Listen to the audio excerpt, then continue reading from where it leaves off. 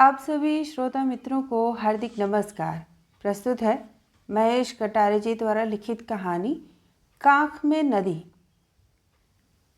वह गांव के हिसाब से तीसरा और भौजी की जिंदगी में चौथा पति हुआ।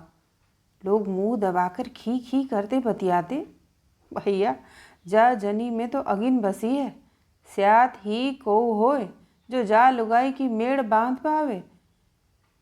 झांसी वाली भौजी में कुछ ऐसी सिफत है कि सामाजिक जिबरिया की गांस अपने आप ढीली पड़ जाती है। वह चलन में रहकर चलन तोड़ती हैं। गांव की चौगिरही में तो किसी मुसलमान मर्द की भी कुव्वत न रही कि 4 बीवियों की गिनती पूरी कर लेता, और भौजी द्रौपदी तो केवल एक पति पीछे थी।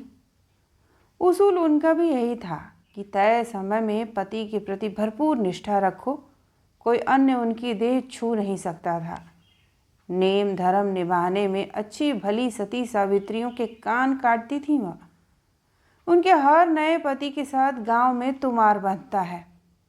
आर्तनाद के पीछे यह भी रहता है कि हाय हम न हुए, और भौजी बाढ़ के इस मटमैलेपन के बीच उस तरह रास्ता बनाती तैर जाती हैं जैसे चतुर और सक्षम भारतीय पैनल कोड के ऊपर से निकल जाते हैं। कोई न कोई होता है जो चौतरों चौपालों पर चल रही मस्कियों की सूचना भौजी तक पहुंचा देता है। उनमें अपनी आलोचना सुनने का धीरज भी गजब है। यदि यह बात भी कान तक पहुँचे कि अमुक तमुक के अनुसार भौजी फलाने ठिकाने के साथ अरहर ज्वार के खेत में या किसी खंडहर की ओट होते देखी गई हैं, तो भौजी अलाने फलाने के पौरुष पर ही प्रश्न चिन्ह लगा देती।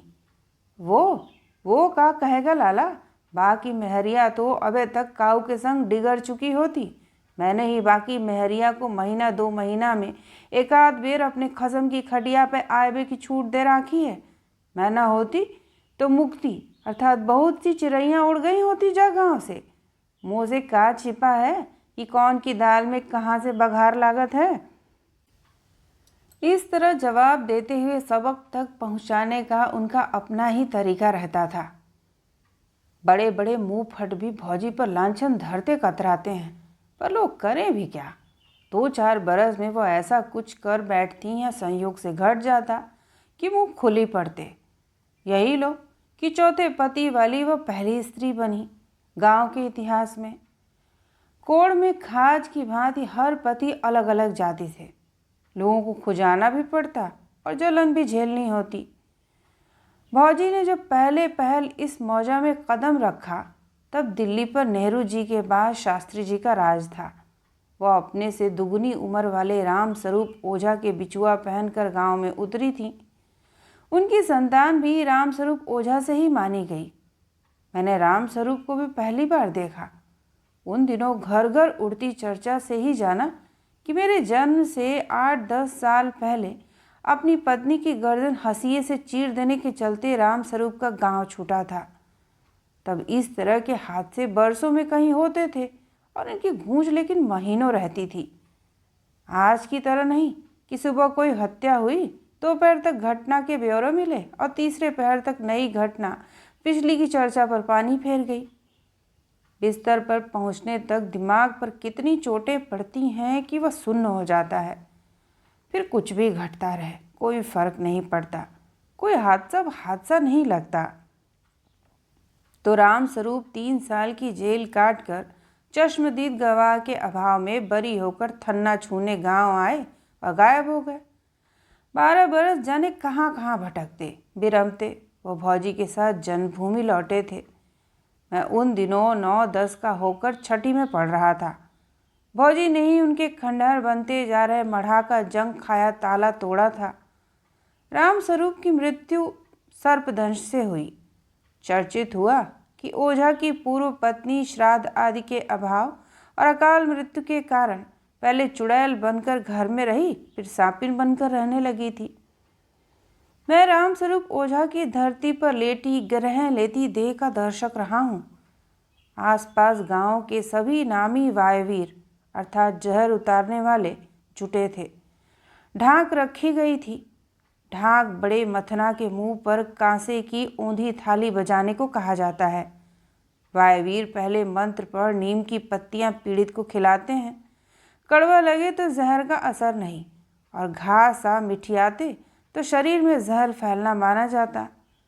वायुवीरों का प्रमुख पीढ़े पर बैठ थाली गोल घुमाते हुए बजाता। वातावरण में घड़े की गुमक में चिपटी कांसे की झंझनाहट लहरों सी उठती गिरती। बीच बीच में पीड़ित के मुंह पर मंत्रपूत जल के छींटे मारे जाते हैं।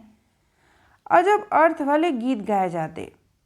पीली लौ फेंकती चिमनियों के प्रकाश में छनन अनन नाचती थाली और चीखते से बोल वातावरण को डरावना बना रहे थे। भौजी मुंह पर घूंघट ओढ़े कच्ची खपरेल की भीत से सटी निढाल बैठी थी। गोद का बच्चा उनके घुटनों पर पड़ा सो रहा था। अनुमान लगाना कठिन था कि घूंघट के पीछे भौजी आंसू बहा रही हैं या अपने भविष्य पर सोच रही हैं। कभी कभार घूंघट के बीच से वह नाक जरूर छिनक देती। मंत्र तंत्र विष से पार न पा सके। सारी रात ढाक सनसनाती रही, गीत गूंजते रहे, मंत्र मारे जाते रहे, किंतु सकारे ही अर्थी सजानी ही पड़ी। भौजी ने पति के सारे क्रियाकर्म लोकाचार मनोयोग से निपटाए। चर्चा रही कि भले ही करी हुई राण या भगाई हुई कुलच्छनी आई रही हो, निकली सतवंती। लोग उन्हें ललचाई श्रद्धा से ताकते, औरतें इज्जत देती। रही भरपूर जवानी तो उसे वह कहाँ ले जाकर दफनाती। हम बड़ों के मुंह से सुनते थे कि देह फाड़ कर निकली पड़ रही है। उनके आसपास सब बड़ा पवित्र पवित्र सा चल रहा था कि एक सुबह मैंने पिता को माँ से कहते सुना, छिनाल ही निकली ससुरी, पति बर्ता का ढोंग रचा रचा कर गिरी भी तो काची की जांग पर। अरे गू ही खाना था तो किसी भले आदमी का खाती। मुझे जागते देख पिताजी कान पर जनेऊ लपेटते नित्य क्रिया को निकल गए। माँ झाड़ू बुहारियों में लग गई। मैं 6ठी से 7वीं कक्षा में पहुंच चुका था, इसलिए कुछ कुछ समझने और कुछ न समझने के दौर में था। समझने के चक्कर में एक बार मेरी कसकर पिटाई हुई थी। हुआ यह कि गांव भर में सबसे ज़्यादा ग्रंथ और किताबें हमारे घर पर ही थीं। रामायण, दोहा चौपाई वाला सबल सिंह चौहान कृत हिंदी महाभारत, सुखसागर, आलखंड, कुछ बारहमासियाँ, किस्सा तोता मैना, पंच परमेश्वर, पंचांग, शीघ्रबोध आदि। ये पुस्तकें पढ़ने मुझे निरंतर प्रोत्साहित किया जाता, किंतु इनसे अलग कुछ किताबें मेरी पहुंच से दूर ऊंचे ताख पर कपड़े में बांध कर रखी जाती। मैं उन्हें देखने पढ़ने को उत्सुक रहता। एक दिन अवसर पाकर मैंने वह बस्ता उतार लिया। उनमें से 3 किताबें निकली, श्रीमद् भागवत गीता, बंगाल का काला जादू और असली सचित्र कोक शास्त्र। रहस्य तो उजागर नहीं हो पाया, पर मुझे संदेह है कि बड़ी बहन ने मुझे ये ग्रंथ उलटते पलटते देख लिया होगा और उचित माध्यम से बात पिता के कानों तक पहुंची होगी। फिर तो उनके हाथ थे और मेरी देह, जिसे सुजाना कहते हैं, वो करके रख दिया। पिताजी की मनोदशा अब मैं समझ सकता हूँ। पुरोहिताई करते हुए माँ पाल आंगन के बदले में आशीर्वाद बांटते पिता गांव के निरीहों में गिने जाते। वह अपना क्रोध केवल घर भीतर ही प्रकट कर सकते थे। खुद अपनी ही जाति अर्थात ब्राह्मणों में उन्हें मंगता कहा जाता। स्कूल में भी मुझे ब्राह्मण ठाकुरों के लड़के कभी कभी यही संबोधन देते। घर चूंकि जजमानी से ही चलता था, अतः हाथ फैलाए गाय सी दीनता के साथ रहना पिता की नियति थी। वह घर के बाहर मुझे सदा घिघियाते से दिखते। गांव में नाई, धोबी, कुम्हार, बरार आदि 7 एलची होते हैं, जिन्हें शादी, ब्योहार, तीज त्योहार पर भोजन का परोसा मिलता था। हम शायद 8वें एलची थे, जिन्हें भोग लगा परोसा जाता था। दीनता परिवार का स्थायी भाव बन गया था। पिताजी घर में अक्सर वही दोहराते जो पटेल, पटवारी, ठाकुर, सरपंच के श्री मुख से सुनकर आते। अभी पिता नृत्य क्रिया से लौटकर नहीं आए थे कि भौजी को देख माँ चौंकी। जरूर, किंतु उन्हें कुछ जानने की उत्सुकता भी रही होगी, सो स्त्रियोचित कूटनीति के साथ पूछा, आज सकारें कैसी घूम पड़ी बहू? भौजी सीधा उत्तर न दे माँ के पैरों पर झुक गईं। महिलाओं के बीच अपने से बड़ी की पिंडलियां दबाते हुए पैर पड़ने का चलन है। भौजी नियम निभा रही थीं। माँ की तरह मैं भी कुछ जानने को उत्सुक था। पैर पड़ती भौजी आशीष सुनने की प्रतीक्षा में थी। सुहागिनों को अहवातिन रहने का आशीष मिलता है। माँ निश्चय ही असमंजस में रही होंगी, क्योंकि कल तक विधवा रही भौजी द्वारा सुहाग चुन लिए जाने की सूचना उन्हें मिल चुकी थी। आशीष के लिए फैलाई गई मन की खाली झोली समेटती भौजी ने आने के हेतु बताने की भूमिका बांधी। आज 14 है ना बुआ? हाँ, माँ का संक्षिप्त उत्तर था। सो महादेव की कथा कहवानी है। पंडित जी तो आज आन गांव जा रहे। माँ ने टाला। सो का भाई चले जाएं, हमारे देवर करवाए देंगे पूजा। वो बात ये है कि हमने विद्याराम से पक्की कर ली है, तो सोची कि पहले देई देवता को कौछ हरा छीटा निकाल के ई उन्हें देहरी चढ़ाऊं। राम स्वरूप तिहारे जिजमान हते, विद्याराम ऊ हैं। यूँ तो चुल्लू गुरु बैठे हैं, पर पुरोहिताई तो तुम ही हो। चुल्लू से हमारे घर की व्यावसायिक प्रतिद्वंदिता है। 2 प्रतिष्ठित पंक्ता परिवारों का यह द्वंद्व पीढ़ियों से चला आ रहा है।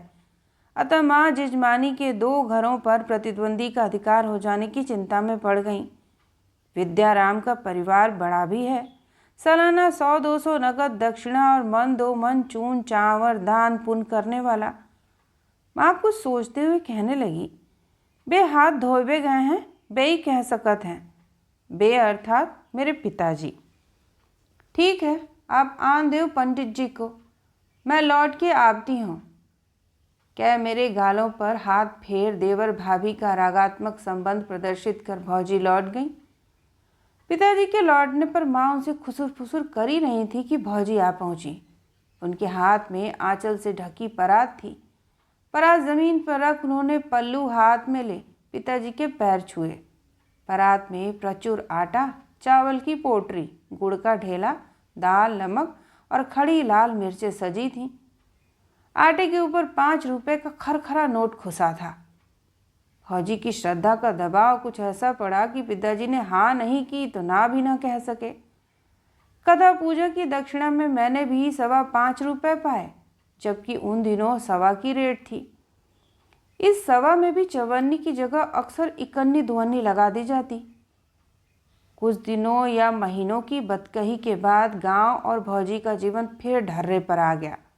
विद्या दादा की उम्र भौजी से 8-10 साल कम थी, किंतु भौजी की भैंस की बदौलत साल भर में ही उनकी चाम चिकनी बन पहलवानी हो आई थी। भौजी के हिस्से स्वर्गीय पति की 12 बीघा काश्त आई थी।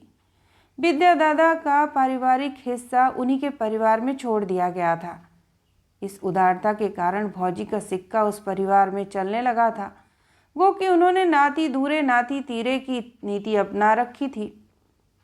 मिडिल पास होने के बाद मैं तहसीली विद्यालय में भर्ती हुआ और भौजी गर्भवती। कार्तिक महीने में स्त्रियां पड़वा से पूनों तक महीने भर का स्नान व्रत रखती हैं। भौजी अपने मोहल्ले की अगुआ बनी। औरतों के टोल रात के पिछले पहर में कीर्तन गाते नदी की ओर निकल पड़ते। उधर ही फरागत, वहीं स्नान। भौजी का गेहुआ रंग, कठीली देह कईयों को अपनी छाती मसोसने को मजबूर करती। खेत खलिहान गेवड़ा घूरे तक भौजी बिछुआ झनकारती घूमती। उनके हाथ सदा व्यस्त रहते। पति के प्रति एक निष्ठता उनका उसूल रहा। स्नान से लौटती भौजी को पटेल के भाई रंजीत ने चुहल करते हुए छेड़ा, झांसी बारी, अंधेरे में पाँव ओंध नीच न जाए, पेट टपकी जाएगा। स्नान की पवित्रता में लिपटी महिलाओं के झुंड में चलती भौजी का यह सार्वजनिक अपमान था। कोख पर अश्लील छीटाकशी थी। भौजी झेल न सकी। धुधलके के बावजूद घूंघट नाक पर लाकर कह दिया, गिर कैसे जाएगो जेठ जी, मर्द को बीज है और चोर को नैया। टोल की औरतें खिलखिला पड़ी थीं। पटेल परिवार चलते पुर्जा परिवार, लक्ष्मी लाठी से समृद्ध। इस तरह के उत्तर देने की हिम्मत गांव में किसी की न थी। अफवाह थी कि इन सज्जन ने अपनी विधवा बहू को फांस रखा है। बहू के पेट की सफाई भी करवा चुके हैं। जवाब से सनाका खाए रंजीत घूसा तान लपके, साली कुतिया भले आदमियों के मुंह लगती है, मैं लाठी डाल के मुंह से निकाल दूंगा। भुनसारे का बखत गांव में जगार हो ही जाती है। लोग बाग खांसते खखारते घरों से निकलने लगे थे। व्रती स्त्रियों का समूह कुछ अनुचित घटने की आशंका से सिहर तितर बितर होने लगा। रंजीत फनफनाते हुए आगे बढ़े कि भौजी के हाथ में कटार चमका। किसी को भान भी न था कि औरत राह की सुरक्षा के लिए हथियार भी रखती है। असल बाप का होए तो हाथ लगा के देख। आड़ अर्थात अंडकोश काट के घूरे पर न फेंक दिए तो झांसी बारी नहीं सुअरिया समझो। मिसमिसाता रंजीत थम कर रह गया। ऐसी औरत का क्या भरोसा, कुछ भी कर डाले, लाज लिहाज घोल कर पी चुकी है। वो उल्टे पांव मुड़ा घर से बंदूक उठाने, बड़बड़ाते हुए, हरामजादी अभी उतारता हूँ तेरी मैं गोली, अभी देख ठाकुरों से उलझने का तमाशा। चारों ओर से लोग बाग दौड़ दौड़ कर एकत्र हो उठे। उधर घर वाले गालियां बकते रंजीत से लटके थे, इधर भौजी कटार ताने खड़ी थीं। विद्या दादा लुहांगी लिए आ पहुंचा था, समर मरण पुनि सुरसर तीरा की मुद्रा में। कुछ उसे भी थाम रहे थे। पहाड़ी टेकरी के उस मोड़ पर आधा गांव जमा हो गया। विद्या का परिवार रंजीत से जाति में हेठा जरूर था, किंतु लाठियों की गिनती उधर भी कम नहीं थी। लाशों की गिनती कम ज़्यादा हो सकती थी, पर गिरती दोनों ओर से। बातों बातों बढ़ी रार के बीच के समझदारों ने कुछ इस तरह टाला कि रंजीत इज्जतदार है और झांसी बारी है भी तो ही जानी बूझी। रंजीत को लुगाइयों के मुंह नहीं लगना चाहिए था। इस घटना से हमारा घर पुनः धर्म संकट में आ गया। कार्तिक सुदी नवमी से स्नान करने वालियों का उपवास आरंभ होता है। इस इच्छा नवमी को इच्छा हो सो पकवान खाओ, फिर स्नान की समाप्ति पर तुलसी पूजा के पश्चात ही अन्न से भेंट होती है। इच्छा नवमी को आंवले के वृक्ष की परिक्रमा कर उसी के नीचे ब्राह्मण को भोजन करा पकवान प्रसाद पाया जाता है। भौजी क्या निमंत्रण तैसा था। पटेल परिवार के भय से भौजी के अनुष्ठान में शामिल होना उनकी पक्षधरता मानी जाती। यह ठीक पोखर में बस कर मगर से शत्रुता जैसा उपक्रम था। न उगलते बन रहा था न निगलते। साणों की लड़ाई के बारे में झुरकन की संभावना सामने खड़ी थी। सोच में डूबे माता पिता के गले में कौर अटक जाता। पिता पटेल के द्वार गए। निश्चय ही विप्रजन दैन्य के साथ अपनी व्यवस्था बताई होगी और जजमानी में आने जाने की छूट के लिए झोली फैलाई होगी। विद्या दादा साइकिल लेकर मुझे लेने तहसील आए थे। वहीं से उन्होंने मेरे लिए धारीदार पट्टे का पजामे का कपड़ा और कमीज़ के लिए पॉपलिन का कपड़ा खरीदा था। भौजी ने भक्ति भाव से अनुष्ठान पूरा कर लिया। 2 वर्ष में ही भौजी के भाग्य ने फिर करवट बदली कि विद्या दादा एक कन्या उनकी गोद में डालने के बाद गृहस्थी से विरत हो गए। गले में कंठी पहन गेरुए वस्त्र धारण कर बाबा हो घर त्याग गए। जाने कैसे घटित हो गया यह। सुंदर सी नारी उनके घर में बस रही थी। संपत्ति आवश्यकता से अधिक ही रही। सब करतल पर था, जिसकी गिनती 7 सुख में होती है। फिर भी वह मूड मुड़ाए सन्यासी हो गए। जाने क्यों सुख में कोई शाप दुबका बैठा रहता है और धन आदमी को सदैव खुशी नहीं दे पाता। शायद आदमी सुख से भी आगे आनंद जैसा कुछ चाहता है, या उससे भी आगे कुछ। आगे भले कुछ न होता हो, पर होने का भ्रम तो होता ही है। भौजी अब न विधवा रही न सधवा। हाथ बटाने वाले के अभाव में खेती गृहस्थी के साथ संतान की साथ संभाल। दिन खटते बीतता, रात कलपते।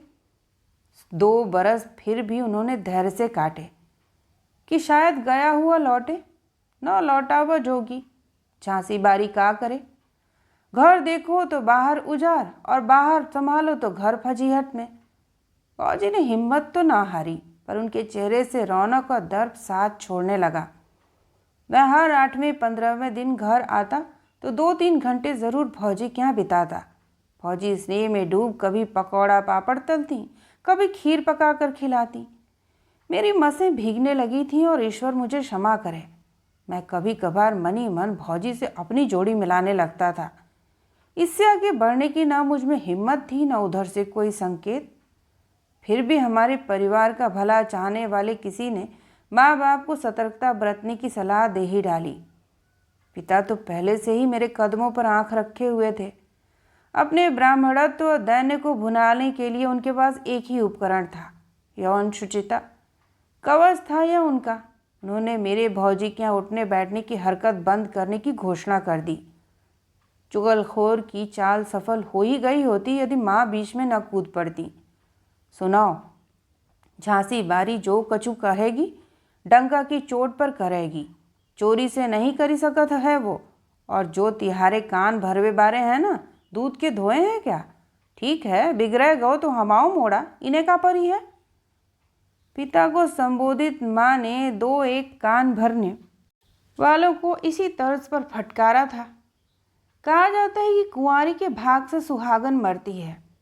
भौजी के पड़ोसी रमदिला तेली की पत्नी चल बसी एक दुधमुही बच्ची को छोड़कर। 13वीं तक उसका घर नाते रिश्तेदारियों बहनों फूफियों से भरा रहा, पर बच्ची रात दिन चिचियाती रहती। रमदिला हलकान था। बच्ची को कंधे से चिपकाए फिरता, फिर भी चिचियाना बंद न होता। भौजी भी उसका रोना सुनती। एक दिन उन्होंने बच्ची को अपनी छाती से लगा लिया। बच्ची लगी सो ऐसी लगी कि भौजी की होकर रह गई। गांव में काना फूसियां होने लगी कि अब झांसी बारी रमदिला को फेंटती है। रमदिला भी उनके आगे पीछे बिछा रहता। खेती का काम उसने संभाल ही लिया था। लोकापवाद जब ज़्यादा ही बढ़ गया तो मैंने स्वयं भौजी से कहा कि लोगों का मुंह बंद करने के लिए रमदिला को कर क्यों नहीं लेती? यूं भी वह तुम्हारे खेत खलियान संभालता है, तुम उसका घर। सूप पर कुछ फटकती भौजी मुस्कुराई थी। लल्लू, तुम नहीं समझोगे। औरत धरती होती है, मर्द आसमान। एक में छाने का गुण है तो एक में बिछ जाने का। रमदिले में आसमान की तासीर नहीं है, सो नाता नीब न पावेगो। रही बिन की मोड़ी, सो मेरी कोख से ई दो हैं जाती तो का पालती नहीं। जा मैं कहूँ पे एहसान थोड़े ही करी है। उस दिन मेरी भौजी के चरण छूने की इच्छा हुई थी। मैं इंटर पास कर चुका था। कॉलेज जाने की जुगत न थी। बड़ी बहन की शादी में घर पूरी तरह जुट चुका था। कर्जा भी हुआ। पिताजी कंधे पर खुज्जी टांग हफ्तों के लिए जजबानी पर निकल जाते। उनका पेट औरों के घर भरता और घर के लिए खुज्जी भर कर लाते। खर्चा दरकाने लायक 5-25 रुपये दक्षिणा भी मिल जाती। एक आसरा मंदिर पेटे चली आ रही 5 बीघा जमीन का था, किंतु सरकार ने उसे पुजारियों से छीन बोली पर चढ़ाने का कानून बना दिया। गांव के कई लोगों की निगाह उस जमीन पर गड़ी थी। पटवारी तहसीलदार से सांठ गांठ होने लगी थी। हमें ऊंची तो क्या नीची बोली लगाने की भी कुव्वत न बची थी। प्रसिद्ध था कि राजनीतिक प्रतिद्वंदिता के चलते मुख्यमंत्री को ब्राह्मण जाति से चिढ़ है। ब्राह्मणों का आर्थिक आधार समाप्त करने के लिए ही उन्होंने यह कानून बनाया है। उनके स्वयं के पास नामी बेनामी हजारों एकड़ जमीन है, किंतु वह विरासत के हक वाली थी और हमारी दान खाते के चुग्गा वाली औकाफ की। आषाढ़ के आखिरी दिन बादलों के गुच्छे आकाश में टहलने लगे थे। घर में न जुताई के लिए पैसा था, न बावनी के लिए बीज। ऊपर से तलवार लटकी हुई कि सरकार जाने कब बोली लगवा दे। ऐसे में पढ़ाई जारी रखने का सवाल ही नहीं पैदा होता था। मन में एक अजीब बेचैनी भरी रहती। छोटी मोटी नौकरियों के दरवाजे बंद। सरकार लगे हुओं की भी छटनी में जुटी थी। लगता था कि केवल कलेक्टरों और मिनिस्टरों के पद ही बचेंगे। मेरा जवान होना भी घर का बोझ बढ़ा रहा था। पीले हाथ होने की प्रतीक्षा में एक बहन और बैठी थी। घर में अबोला छाया रहता। रातों को अकेले में कई बार आत्महत्या का विचार उठता। कल्पना में लाश के पास रोते बिलखते सिर पटकते माँ बाप बहन दिखते तो घबरा कर मन आत्महत्या की ओर से मोड़ लेता। उन दिनों पिता तेजी से बूढ़े होते चले जा रहे थे, फिर भी उंगलियों पर जमाने भर के ग्रह नक्षत्र गिनते, जेब में पंचांग खोसे, कंधे की खुज्जी भरने के लिए गांव गांव भटकते फिरते। मैं समय काटने भौजी की ओर निकल जाता। मुझे चाय का कप थमाती भौजी ने पूछा, लल्लू स्कूल खुल गए, तुम नहीं जा रहे? भौजी ने जैसे मेरे घाव में नाखून गड़ा दिया हो। क्या कहता, बस फल आंसू टपकने लगा। खड़ी हुई भौजी ने मेरा सिर बाहों में समेट लिया। मरद होई के रोत हो, बुरो टाइम तो भगवान पे ऊ आवत है, हिम्मत से ही पार लगो जात है। तुम ही जुआ डार बैठोगे तो बूढ़े मैयो बाप का करेंगे? चिंता न करो, भगवान कछु न कछु रास्ता निकालेंगे। भौजी अपने मढ़ा में गई और लौटकर 100-100 के 5 नोट मेरे हाथ पर धर दिए। 150 की और ज़रूरत पड़े तो कछु करूँगी मैं। तुम ट्यूशन फूसन करके खर्चा निकालियो अपनो, कछु न मिले तो मजूरी तो अपनो हाथ है। 50 रुपये की रेट है बाजार में, वहाँ को देख रहो कि पंडित को लड़का बेलदारी कर रहा है। आंखें भौजी की भी भर आई होंगी, क्योंकि उनका गला रूंध रहा था। मुझ में तो उनकी ओर देखने की ताब ही न रही थी। तब भविष्य के अंधेरे की ओर दौड़ते हुए मैं बीएससी के अंतिम वर्ष की तैयारियों में जुटा था कि भौजी की खबर आई। 14 को चले आवें, महादेव जी पे पूजा करवाऊनी है। तो क्या भौजी ने फिर कोई चुन लिया है? सोचने लगा कौन हो सकता है, किस जाति का होगा। पर भौजी के तय जाति अप्रासंगिक है और मुझे पहुंचना ही है। तो यह थी महेश कटारे जी द्वारा लिखित कहानी। सुनने के लिए आप सभी का धन्यवाद।